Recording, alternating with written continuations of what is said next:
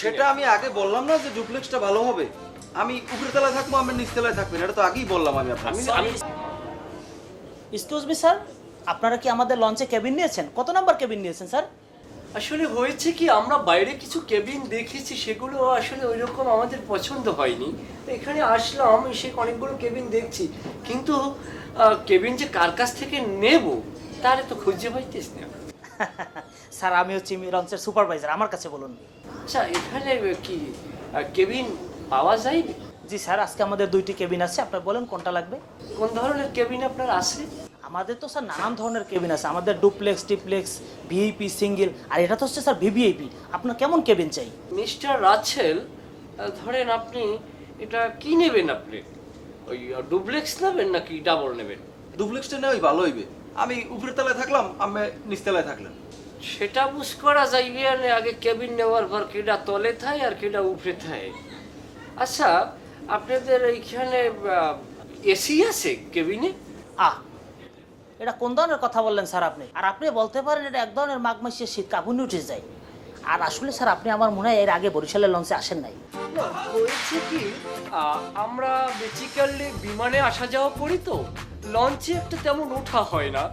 অনেকদিন লঞ্চে না আসা যাওয়ার কারণে অনেকটা ভুলে গিয়েছি বলতে পারেন। আচ্ছা, তাই আমরা এই কেবিনের দর কাটেন কত করিয়া? সরি স্যার, আপনি তো এটা স্যার পাথরঘাটার মাছ বাজারে আসেন নাই যেটা দরদাম করবেন স্যার। আমাদের ফিক্সড প্রাইস স্যার, তবে পদ্মা সেতু চালু হওয়ার কারণে স্যার আমাদের কিছুটা প্রাইস আমরা কমাই দিছি, তবে আপনাদেরকে কনসিডার করা হবে। আপনারা সিদ্ধান্ত নেন যে আপনাদের কেমন কেবিন লাগবে। না মানে মাথা কিস্তি কত করে পড়তে পারে? ফলদের মতো কথা। রাসেল সাহেব শোনেন, এখন কি ওই নেবেন? আপনি ডুপ্লেক্স নেবেন না ডাবল নেবেন? যেহেতু আমাদের পরিবার নিয়ে সেটা আমি আগে বললাম না যে ডুপ্লেক্সটা ভালো হবে। আমি উপরের তলায় থাকবো, আমি নিচতলায় থাকবেন, এটা তো আগেই বললাম আমি আপনাকে। সরি স্যার, আপনাদের মনে হয় সিদ্ধান্তহীনতায় ভুগতেছেন। আপনারা তাই একটা কাজ করেন, আপনারা এখানে সিদ্ধান্ত নেন যে কেমন কেবিন আপনাদের দরকার, আমি আসতেছি। আর আমি হচ্ছি মিস্টার রাশেদ, এই লঞ্চের ভারপ্রাপ্ত supervisor. Any time call me sir. ঠিক আছে, আপনারা সিদ্ধান্ত নেন, আমি আসতেছি, এখন আসতেছি। আচ্ছা মিস্টার রাছেল,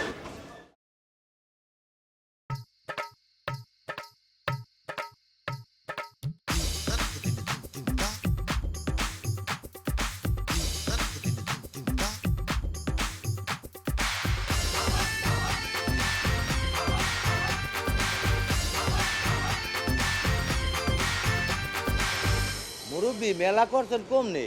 কাঠালিয়া? আনমের বাড়ি কাঠাইলিয়া? হ্যাঁ। আপনার বাড়ি কোথায়? আমার বাড়ি পাত্রী শিবপুর। একটা বিষয় খেয়াল করছেন আপনি? কোনটা? ইদানিং কিন্তু লঞ্চে সেরকম লোকজন ওঠে না। হয় গাড়ি ঘোড়া হইয়া তেমন এখন আর লঞ্চে লোকজন হয় না। আমি আবার ওই গাড়ি ঘোড়ায় উঠতারি না, মাথা ঘুরলইয়া বই মেয়েই পড়ে। মনে করলে ইয়া কি দশা বুঝছেন? ভালো হয়েছে তাই। আপনি কি করেন? আমি হ্যাঁ। আমি তেলের বিজনেস করি। তেলের বিজনেস করেন? হ্যাঁ। আপনার কি পেট্রোল পাম্প আছে? আরে না, এই এই এই যে দেখেন না আপনার এই যে পাম তেল, ভেরনের তেল, সর্ষের তেল, তারপরে আপনার ভ্যারাইটিস রকমের তৈল আর কি, আমি এর ব্যবসা করি। আপনি তেল ব্যবসায়ী হলে? হ্যাঁ। শুনছি তো যে মিডল ইস্টে যারা তেলের ব্যবসা করে তারা বিশাল ধনী হয়। তা আপনি যখন ওই তেলের ব্যবসা করেন আপনি তো অনেক ধনী, তাই না? তা যেতে চাচ্ছেন কেন আপনি? ঘটনা হয়েছে কি, ওই কেবিনে আমি এবার থাকতে পারি না, ওখানে এসির বাতাসে আমার হোয়াশ বন্ধ হয়ে যায়, এই লেগে খোলা বাতাসে একটু বসি।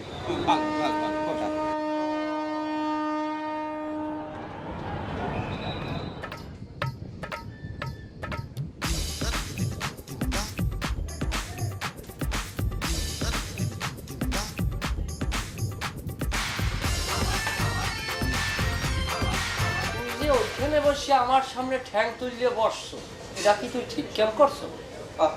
আরে ঠিকের বেডিকের কি হলে? তুই জায়গা কিনা তোর ঠ্যাংটা জায়গায় বইতে স্যার, আমি বলি এটা সমস্যা হয়ে গেছে না। যাই হোক, তোর লাগে আমি এ জায়গায় ওই তর্ক করতে আসি না, কারণ তোর কথা হলে আমার তার টক বগাইয়ে পড়ে। আর পকেট দিয়ে টাকা বাইর করে পেটে খিদে লাগছে, খাবার খাবো। আমি টাকা মুখে টাকা আছে মধ্যে। কত টাকা থাকবে? টাকা তুই ঢাকার শহর আই যে তুই তুষের মতো টাকা উড়াইছো। তুই লাল জুতা কেন, তুই ফিতে কেন, তোর গ্রামে কোন বান্ধবীরে তুই কথা দিয়েছো, হেয়ার লাগে দুনিয়ার দণ্ড ডান্ডে কিনে তুই ডোলা বানছো। তোর এই যে প্যান তুই কিনছো দেখছো রানের দাঁড় দিয়েছে এরা, এই যে তুই ফরজ তরফ করছো, এই যে পরিয়ে যখন তুই গ্রামের রাস্তায় আসবি, তোর এই মানুষের জোতার পিঠের ছোট যে কপালের সারা ভাঙবে, একই তো খেয়ালে আসছে। এবার তুই থাম, তুই তো জ্ঞান দিস না। আচ্ছা তুই কি মনে করছ তুই যা যা খেলছো আমি কি জানি না? তুই হোশিয়ারির দোকানে যাও নাই, গেছো না? থাম, মুখ চুরেস নি ওই সে ও কথা বাদ দে, এখন টাকা বাড়ি করে বেড়ে খিদে লাগে। ভাই। কসম আমাদের টাকা নেই ভাই। কসম আমার কাছেও টাকা নাই, তাহলে কি আমরা খামো না? আমিও তো ভাই, আমি না খাই যাবো। এক্সকিউজ মি স্যার, আপনারা বাইরে কেন স্যার? ভিতরে আসুন। আর হ্যাঁ আসতেছে আপনি যান। কেবিন নিচ্ছেন, সিদ্ধান্ত নিয়েছেন? সেই ব্যাপারেই আমরা আলোচনা করব। কথা বলতে আছে আর কি, চলতে আছে, বুঝছেন? হ্যালো, আসসালামু আলাইকুম। ওয়ালাইকুম আসসালাম। ও হ্যাঁ হ্যাঁ হ্যাঁ হ্যাঁ, হয়েছে কি আমরা তো লঞ্চে, আমরা কেবিনে, নেটওয়ার্ক প্রবলেম। হ্যাঁ হ্যাঁ হ্যাঁ হ্যাঁ, ও হ্যাঁ, কথা বল মিস্টার রাসেল। আমি হ্যাঁ ইয়েস ইয়েস ইয়েস, হ্যাঁ। Sorry sorry, no no no no no no. Okay okay okay okay okay sir, okay okay, আপনারা কথা বলেন স্যার, আমরা আসতেছি, কথা শেষ করে আসি। হ্যাঁ হ্যাঁ ঠিক আছে। অবশ্যই অবশ্যই অবশ্যই। হ্যাঁ হ্যাঁ, নো নো, না নো, সব ফাঁসে। তুই টাকা বাইকের জলদি প্যারে খিদে লাগছে। তারপর বললাম না টাকা নাই বেটা।